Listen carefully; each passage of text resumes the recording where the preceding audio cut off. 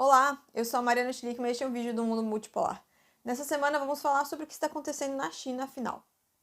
Começamos assim, em primeiro lugar, dizendo que é preciso esclarecer que, ao contrário do que afirma a mídia corporativa ocidental, a sociedade chinesa é profundamente dinâmica, seguindo uma cultura de protestos que ocorrem há milênios, toda vez que a população sente que precisa fazer.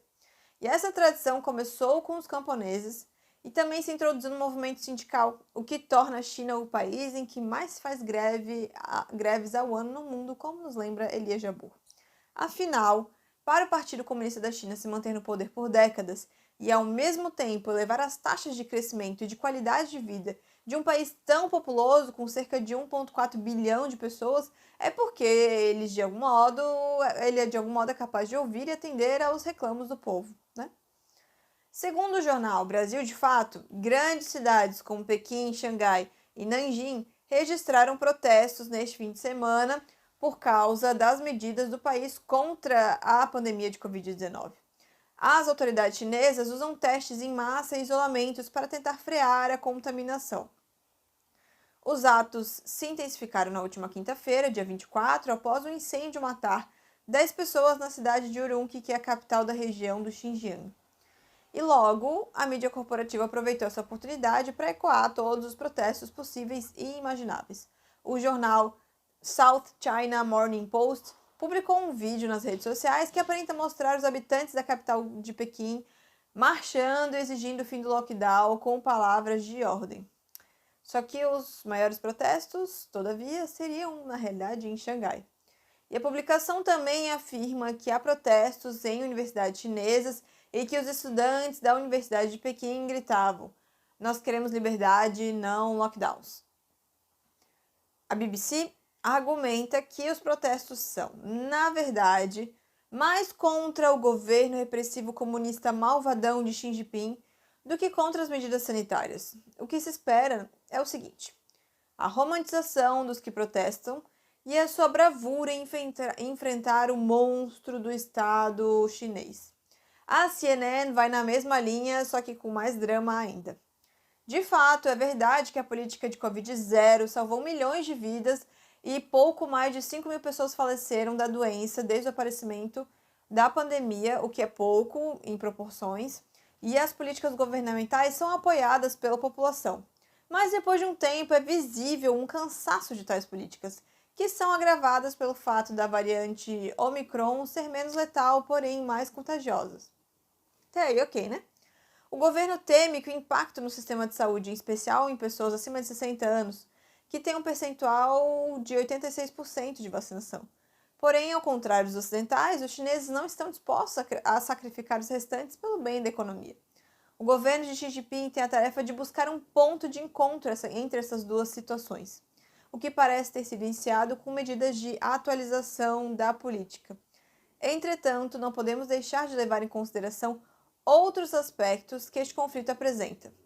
Conforme o Contention News, os protestos na China contra as rígidas proteções Covid do país encantaram os mercados e a classe política dos Estados Unidos na última semana.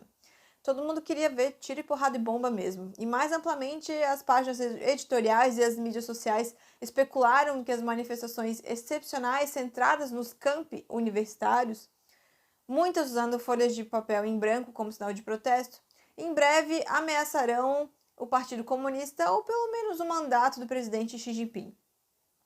Seria notável se a China fosse o único país do mundo onde os protestos anti-lockdown não fossem uma fachada para interesses comerciais, mas todas as evidências apontam para os mesmos elementos em jogo. As manifestações trazem marcas inconfundíveis de Revolução Colorida, financiada pelo National Endowment for Democracy, o NED, que é oficialmente um braço da CIA e responsável por mudanças de regime pró-imperialistas em todo o mundo. A partir de 2016, para vocês terem uma ideia, o NED já havia doado pelo menos 96,5 milhões de dólares para grupos na China, com outros milhões certamente sendo investidos por lá desde então. E as autoridades chinesas identificaram a mãozinha do NED por trás das violentas manifestações liberais em Hong Kong em 2019, onde o grupo financiava organizações estudantis pelo menos desde a década de 90. Qualquer pensamento de que estes protestos ameaçam o Partido Comunista da China é ilusório. Afinal, pesquisadores da Harvard Kennedy School descobriram taxas de aprovação acima de 90% em 2016.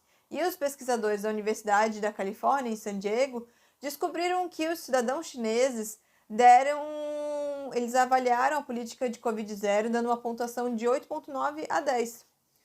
O partido agora admite que algumas autoridades locais exageraram e mudanças já estão em andamento. Só que tem uma coisa que eles não abrem mão, que é seu compromisso de proteger vidas. Resumindo, é isso. Os chineses têm a tradição milenar em demonstrar seu descontentamento com o governo quando necessário, e o governo tem a tradição, ao mesmo tempo, de escutar e agir para sanar as demandas populares.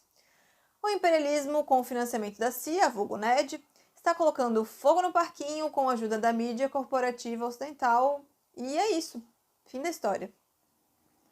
Este foi o vídeo do Mundo Multipolar. Pedimos que vocês curtam, comentem, compartilhem e se engajem em nossas redes sociais. Se for possível, contribuam financeiramente com qualquer valor para ajudar nosso trabalho a crescer, doando através do Pix apoia@mundomultipolar.org. Tchau!